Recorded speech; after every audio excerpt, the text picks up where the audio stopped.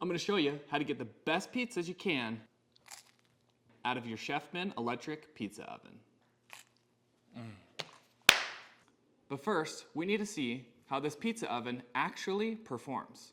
I get asked a lot if the top heating element coil turns on and off, and if the temperature fluctuates a lot. So instead of relying on my powers of observation, I decided to look at the data. So what we did is we got a thermometer and put it in the oven.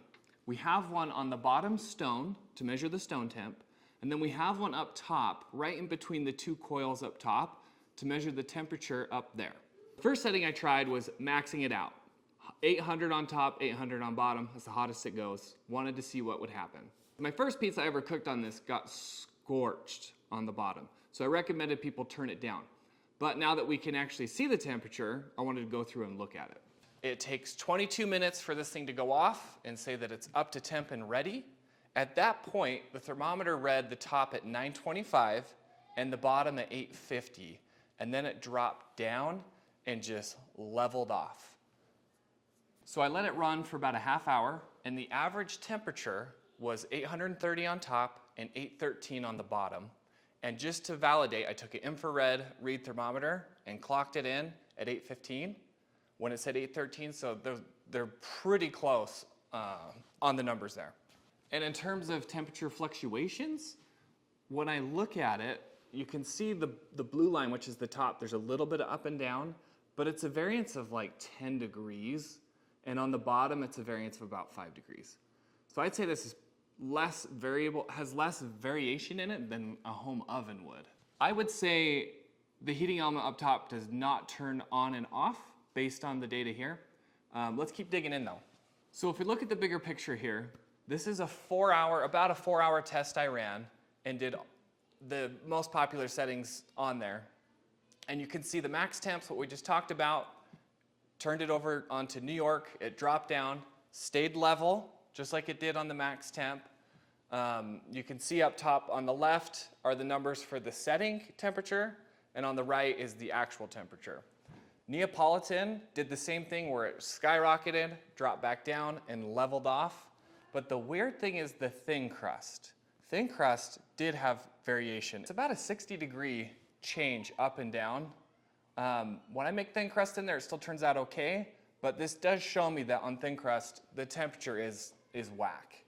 Pan pizza, even across the board. The weird thing there is the top and bottom temperatures vary quite a bit, but they're almost the exact same temperature across the board there. Quick side note here, I'm excited to announce that for the first time on our channel, we are doing a product giveaway.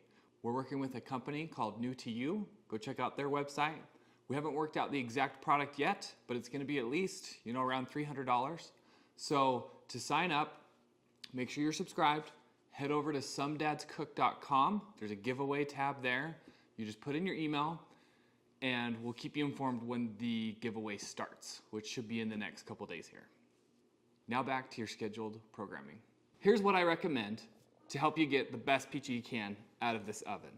If you're doing Neapolitan style, which is by far my favorite in here, I prefer setting it on the max temp, top and bottom. Don't use the Neapolitan setting. I feel like it's not hot enough, so max it out. Once the timer goes off, beep, beep, beep, and tells you it's ready, wait another 5 minutes, unless you want some extra char. But if you're worried about it burning, wait. One of the tests we did was cooking 3 Neapolitan style pizzas on the max temp back to back to back. 3 of them all in a row, no time for the stone to heat up. The top right is the first one. It got a good char on it, good flavor. The top left is the second. It looks a little weird because I accidentally tore the dough a little bit. And then the third is just not cooked hardly at all. So this oven does not do back to back pizzas very well. Not many do. So then what I wanted to figure out for you guys and for myself is how long does it take to get back up to temp so you can launch your next pizza? So after I cooked one on the max temp, pulled it out. I need my notes here. Pulled it out, it was at 625 degrees, the stone temp right in the middle, 625. I closed the lid, I let it run for 8 minutes, and it got up to 760. and I kept checking, every minute, and it just stalled out from 750 to 760. And on the oven, it said it was up to temp. So I don't think it was really even trying to get hot again. So I had an idea. I turned it off, turned it back on, max setting, and then tracked it there.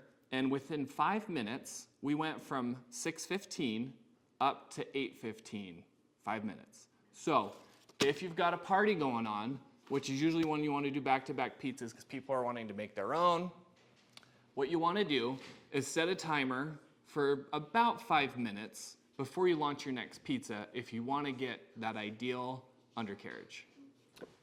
And on the Neapolitan style, cooking it at the max temp, cook it for 3.5 minutes. I found that to be ideal. Play around with it, see what you like. So that's my take on Neapolitan style. If you're more in the mood for New York style, I've got another video on how you can make the dough for that. Just use the preset temperature. That has worked well for me. And the preset time, I think it's about 5 minutes, works great. Thin crust, who knows? I don't know what's going on with thin crust. I still recommend trying to cook it on thin crust, but the temperature's all over the place. Pan pizza. When I've cooked in this before, the crust on the bottom doesn't get hot enough, so I would not use the recommended preset on that. I would do 475 on top and 700 on bottom, and then still cook it for the 20 minutes that it recommends. I really hope that this helped you out today. I love your guys' questions. Please feel free to ask more. I'm more than willing to try and figure out and answer any and all of your questions. If you haven't seen the initial review on the Chefman pizza oven, go ahead and click here and take a look.